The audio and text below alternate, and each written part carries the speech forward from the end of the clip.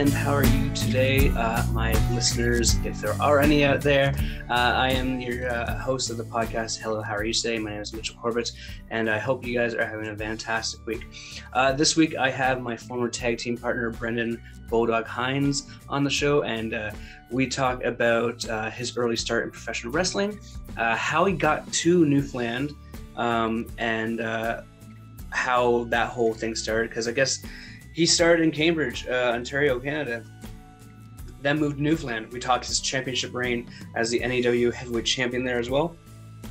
And we talk a little bit about our brief but fun run as the Newfoundland tag team champions as the main dogs. I was the mainlander, West Winchester. He was the Bulldog. And so we were just like, oh, we'll do the main dogs as a tag team name.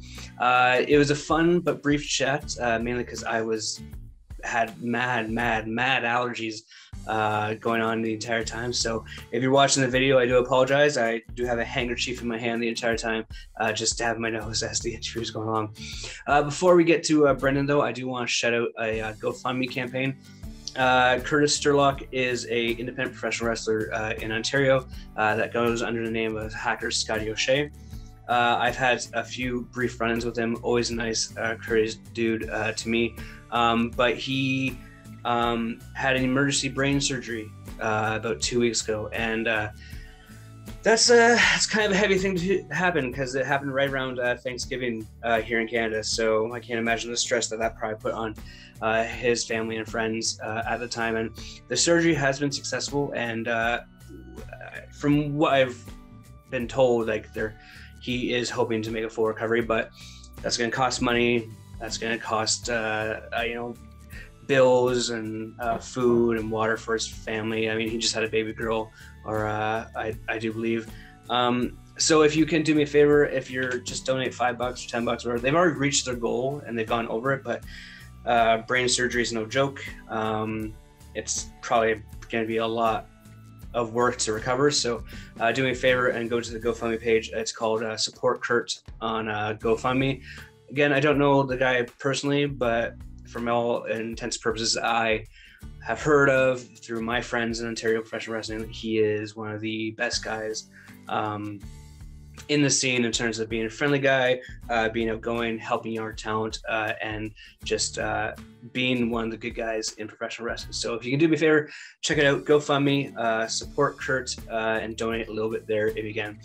That being said, we're going to get to my interview with Bulldog Brandon Hynes, my former tag team partner, for one half of the main dogs and one half of the former tag team champions of Newfoundland, Brandon Hynes. I'm here with Bulldog Brandon Hynes, my former tag team partner of the world, well, at least in Newfoundland anyways. Brandon, how you doing, brother? Good, man. How you making it? Fucking aside from battling a head cold right now, fucking not too bad. You guys just finished doing a show at Kitty Vitty Brewery in Newfoundland. How's the crew doing? How was the show? The show was great. It was our second show there, but my first time there. Starting to do these 19+ events again, so it's different, but a lot of fun. Crew-wise, we're pretty good. I think that might be my biggest regret, or not regret, but missed opportunity, is that right as COVID hit, we were about to do an all ages or a 19+ show in Bay Roberts, where I was living, where you were living. And then it had to get canceled because of COVID.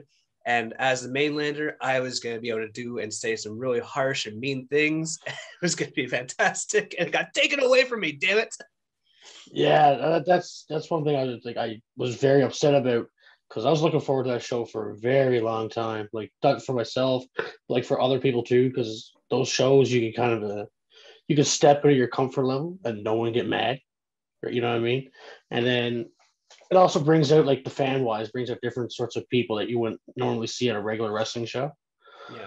So finally stepping back into Kitty Vitty was fun. Was a lot of fun. I'm not even a drinker, and I had a blast.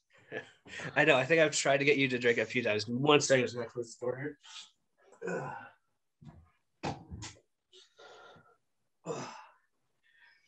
Yeah, I think I tried to get you to have a drink once or twice, but I think you said that your dad was an alcoholic growing up or something else. That's why you don't drink? I just seen a lot of things growing up, and I just never had interest into it. I'm just as good to be around as sober, I guess. I don't know. I have more fun that way. So I think never tried it. So like you never know, but I'm doing pretty good. So what is your story? Because you're living in Newfoundland now, and you grew up in Kitchener. So how did you start in Kitchener, and how did you find your way all the way to Newfoundland wrestling scene? Well, actually, I started in Cambridge. Don't mess that up because the two of them are mixed. But I don't know. It was a weird story. Like it's kind of a weird journey in that way because like my mom and dad's from here, like from Newfoundland. So eventually I moved back because my mom wanted to move home. But I was able to start up there training with PWA with Eddie Osborne and them and tagging along with them for their events and just being that like little kid as a leech. And then eventually those contacts there, when I was able to move, Warhead led me to people here. So he got me started in that way. So kind of people from home, like back in Ontario, got me to where I'm to here in a sense. You know what I mean? And like the two scenes are different, right? So Ontario, for who don't know, the wrestling scene is like there are X amount of promotions, like all sky around, like Northern Ontario, Southern Ontario, Eastern Ontario, et cetera, et cetera. But in Newfoundland, there's only one, right? And well, there's two technically, but they're kind of run by the same people. So like, how has your knowledge of like working with so many different people in Ontario helped you with like honing your craft in Newfoundland, I would say? When I first moved here, I would believe that what I was doing in Ontario kind of hurt me when I moved here because in Ontario, you take the mindset of take the booking. Whoever wants to book you, you take it, you get your experience, go wherever you can. So you're working for someone this weekend, then you're working for someone next weekend, or even in the same day, even you're going to different shows. And generally you're going to see a handful of the same people on each show, but it's just different promotions, different scenes. When I moved here, I had two contacts, but first one I was contacted to was Steve Clark. He was a promoter of Legend City Wrestling, and we talked and talked. Eventually, asked me to come work a show, and everything was going good. I went on a tour. We done a 2-week tour, and then when I got back, I had a message come in from it was a different promoter for Cutting Edge Wrestling, and I didn't think nothing of it. I took the booking because that's what we were basically trained to do back home. We're told to do, take what you can. But when Legend City Wrestling found out I took this booking, I got blackballed from LCW. So they just wouldn't book me nowhere because I was working with this company. And then that's when it kind of realized everything's all territorial here. It was an absolute mess for about say the first 3 years of me being here. Yeah, it's interesting because like, well, I mean, that sort of thing always kind of exists in wrestling, and like, it's more so on the indie scenes now because it's weird seeing like AEW work with New Japan, Impact, all this stuff now. It's like you think it would filter down, but it's slowly doing that, but it's not so much still. Like there's still like that, like no, you had to work for us, blah blah, sort of thing. Yeah, I'm glad to see it like what AEW is doing and stuff, and it's kind of opening a little bit more doors and other people are starting to let their guards down. So I'm expecting even WWE to maybe do the same thing. But instead of just hoping it opens up a lot of eyes for everybody else that's trying to do this whole territorial thing and just realize everybody's just trying to make a bit of money or get a bit of experience, have a bit of fun, do their thing. Well, I think that's why I like that's like did I ever tell you that my Ty Dillinger story? Sean Spears? I'm not sure. You might have, but so we were training at Neo, and he was there, kind of just hanging out for a bit before he went back to WWE, and we all were in the ring together and stretching in the circle and everything. And he's like, "So, what do you guys want to do? What's the goal for wrestling?" And he goes, "Lauren, who's not wrestling anymore; Ruben, who's not wrestling anymore; Vince, who's I think in upstate New York, and all of them are like WWE. We want to make WWE. And I was the only one that was like, I don't know, I just kind of want to wrestle on the weekends and have some fun with it. And he's like, well, yeah, I don't understand that. There's no point in being in the business if you don't want to make a WWE. And I was like, what? I shocked him so badly with this one comment. He was shocked that someone didn't take it seriously. It was very funny to me. Yeah, we had one guy came into a seminar and he asked us, he said, what's your goal? And a few people just said, I'm just here, it's a hobby, trying to have fun. It's a place for me to clear my mind. And then he's like, if you're not here to make money, you might as well just quit. Such an asinine. I was like, whatever, like it's cool. You can like it's like therapy, like wrestling and comedy. Like not everything has to be like, you don't have to go full pedal to the metal for everything. You can just do it as a hobby and have fun with it. It's a hobby that fucking hurts like a motherfucker, but I wouldn't recommend it to everyone, but you really gotta love it as a hobby to want to do it, sort of thing. Yeah, I just you're starting to see that more again, like people are starting to realize it. Obviously everybody wants to make it, but you gotta realize that not everybody can make it. So yeah, well, I mean, like I kind of knew my limitations that like I started like really training at like 26 with Jesse, and like I was like 26, I'm 5'8" maybe, and 200 pounds. Like, and I remember the one time he was like, "Oh, Mitch, you're gonna if you with your size, you're gonna have to learn how to fly." I'm like, well, I don't want to do that. I am scared of heights. There's no fucking way I'm going up there and jumping 6 feet from no, I will do the indie thing and just like put my feet on the ground. Oh, for sure.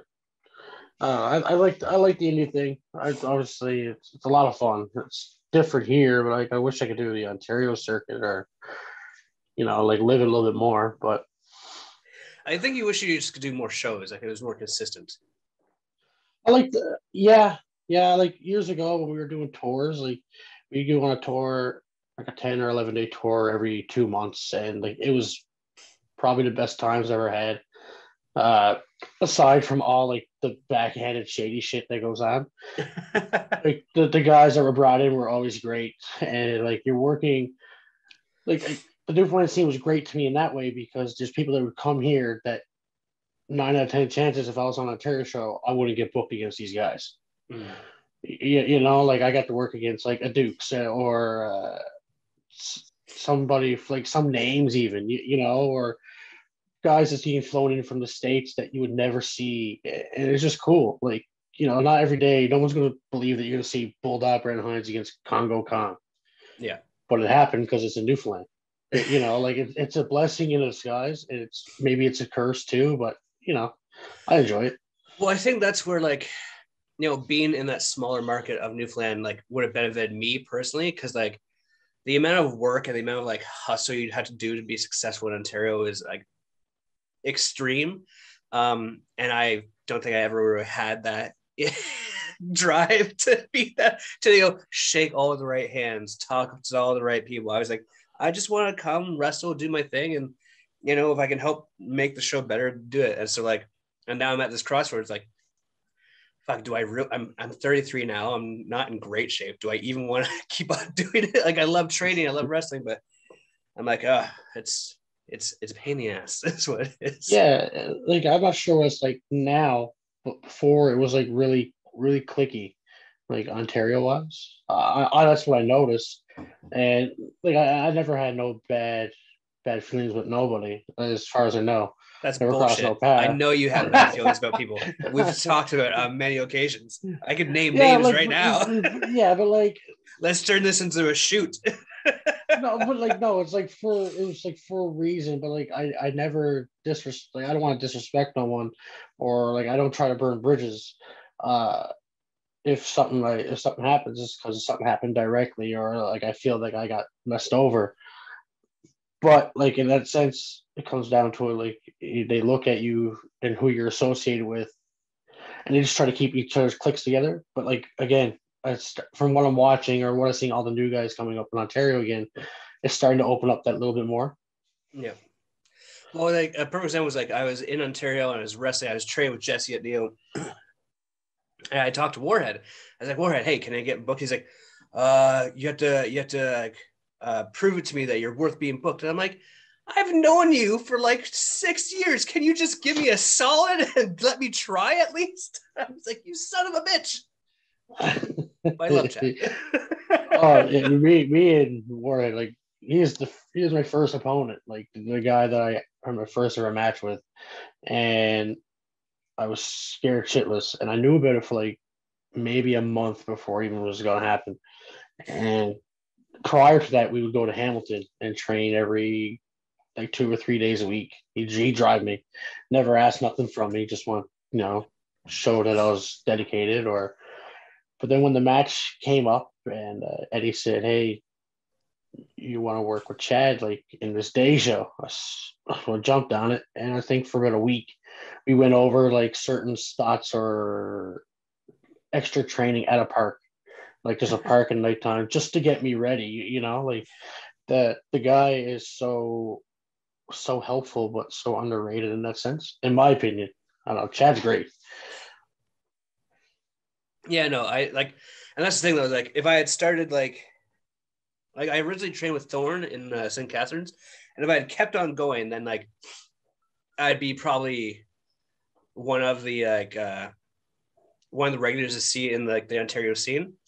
But then, I got that job on the cruise ships, and then I came back. And it's like I feel like the people that I do know, I know, and I'm like, oh, I should be with you guys, but now I'm with the young people, and I'm like, oh, I have this life experience, and I should be with. And it's like so. It's like I don't know where I would fit, to be honest. I'm thinking my best suit would probably be, based on my comedy background, would actually probably be being like a Jay Moore type and being a manager instead. Yeah, is he still around? Like, Yeah, he's going into the CWF Hall of Fame, I think, on the 30th. that's sick. I met him a handful of times, and he was always great. He was always good to me. No, a great dude. Yeah, definitely. Hate his promos though. Just because that's the gimmick. He's supposed to get you to hate him, but man, that guy can talk for a long fucking time. Oh yeah, and like without effort, like it's perfect. I wish I had that, like a bit of it. I can't You and talk worth promos. shit. I can't talk worth shit.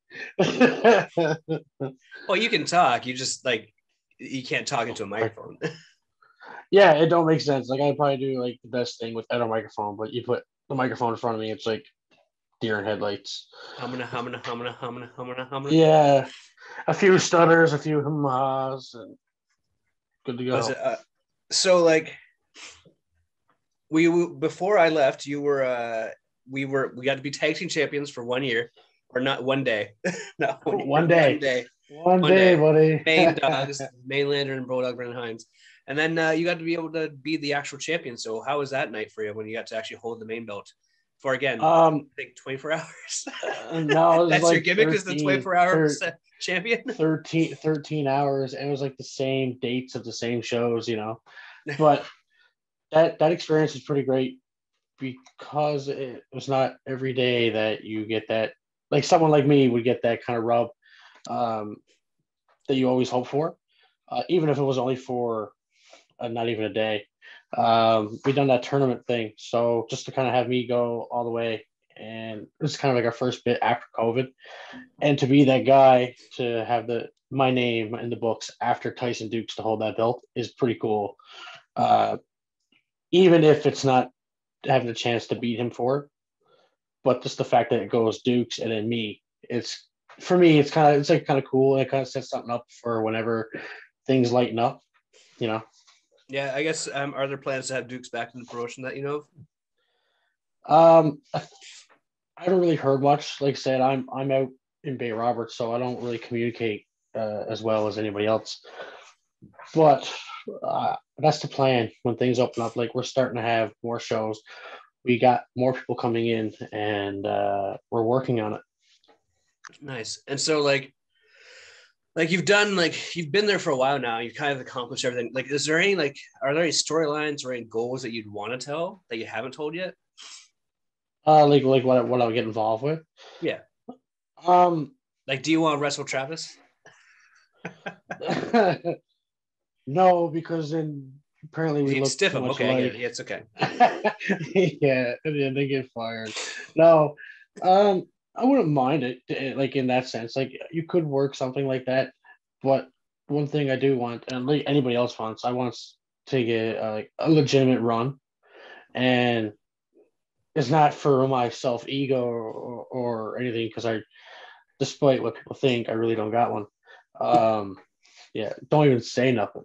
But I don't know. It's just kind of that feeling you want to be that guy, and even if it don't need to be long. Like I'm not asking for long, but I want to work. I want to work up to where I can be that guy, and then just so I can deliver every night. You want to defend the belt too, right?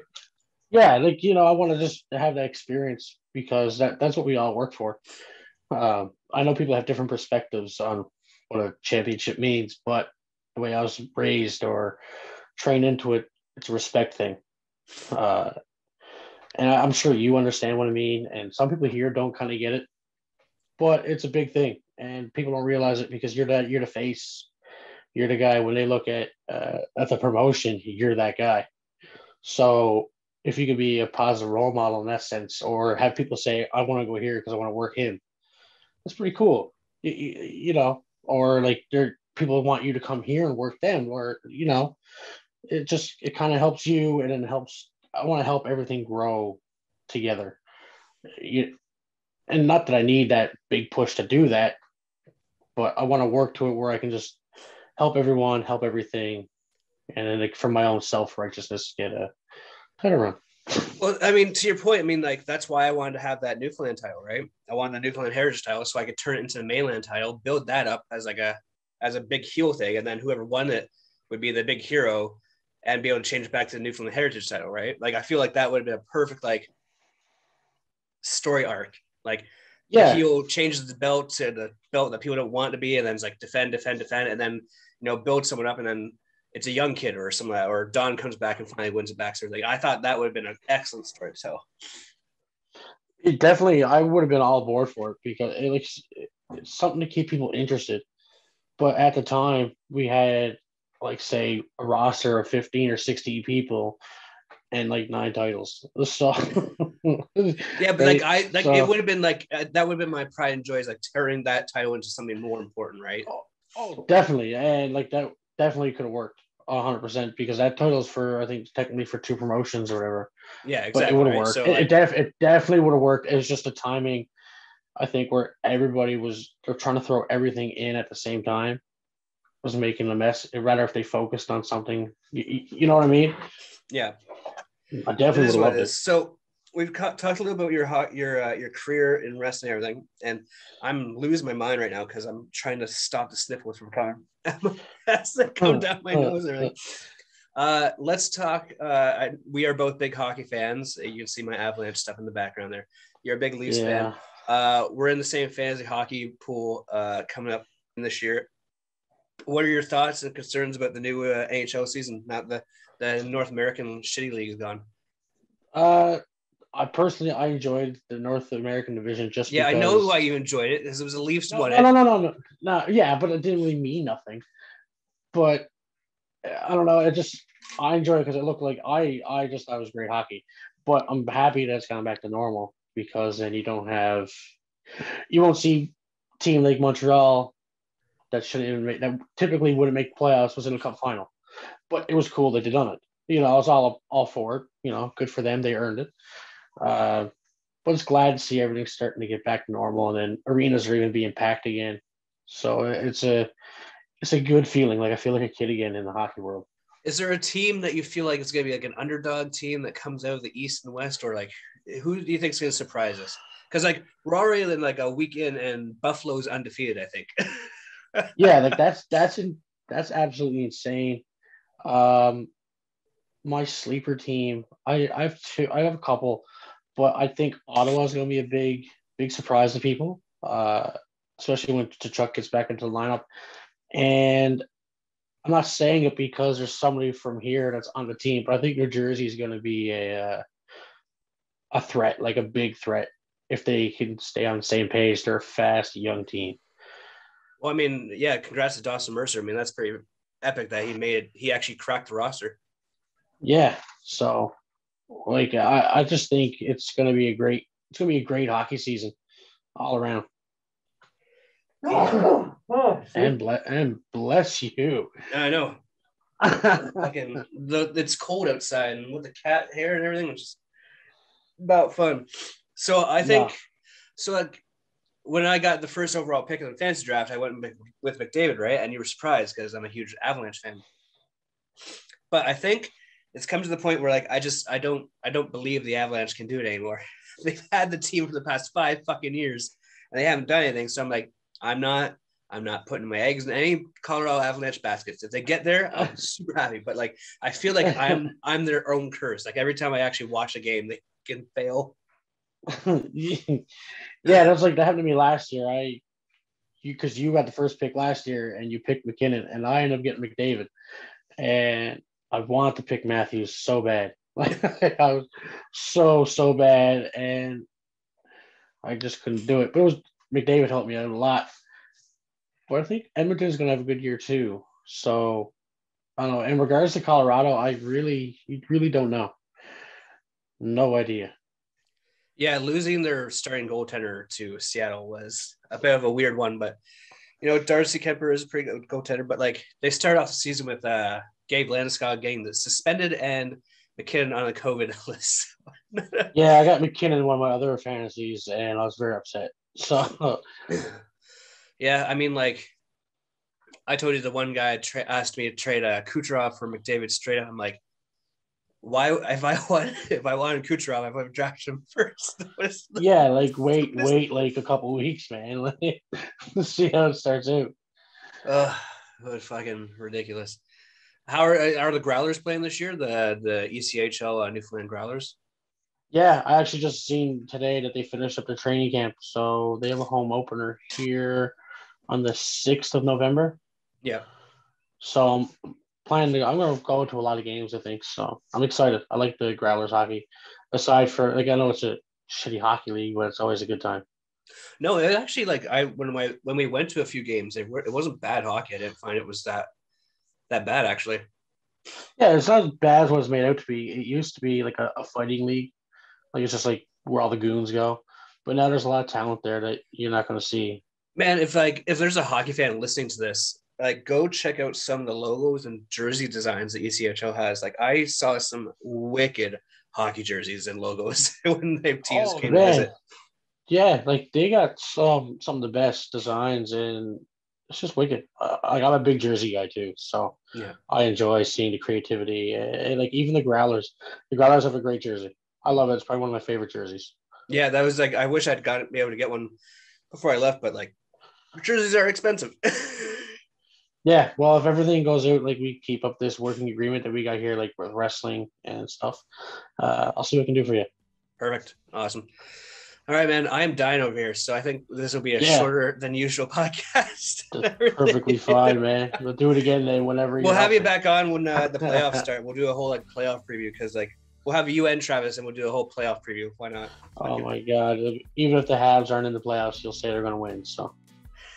Perfect. Brandon, I miss you. I love you, buddy. And I'll talk to you down the road, eh? Yes, sir, buddy. Thanks for having me. I hope you guys enjoyed that episode with Brendan. Again, apologies. I was out of my mind that day. Just sick. But like he had asked me to be on the podcast. We had made this time and I wasn't going to not show up for that. And we're going to have him back on when we can actually have more full in-depth conversation, maybe around NHL playoffs time so that we can break down the playoff matchups because I know him and I are big NHL fans. So that being said, next week we're gonna have another great guest. I'm hoping to get someone very special to me and near and dear to my heart for the podcast because that's gonna be a good one. But until then, until that time, I will see you guys down the road. Cheers.